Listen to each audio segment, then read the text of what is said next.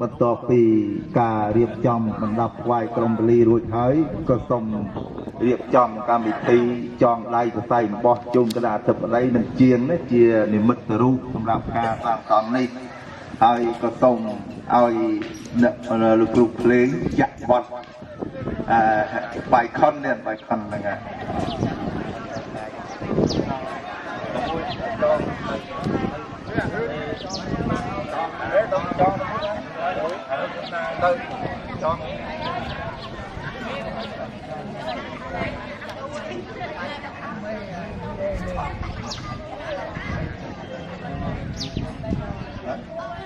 អត់ទេ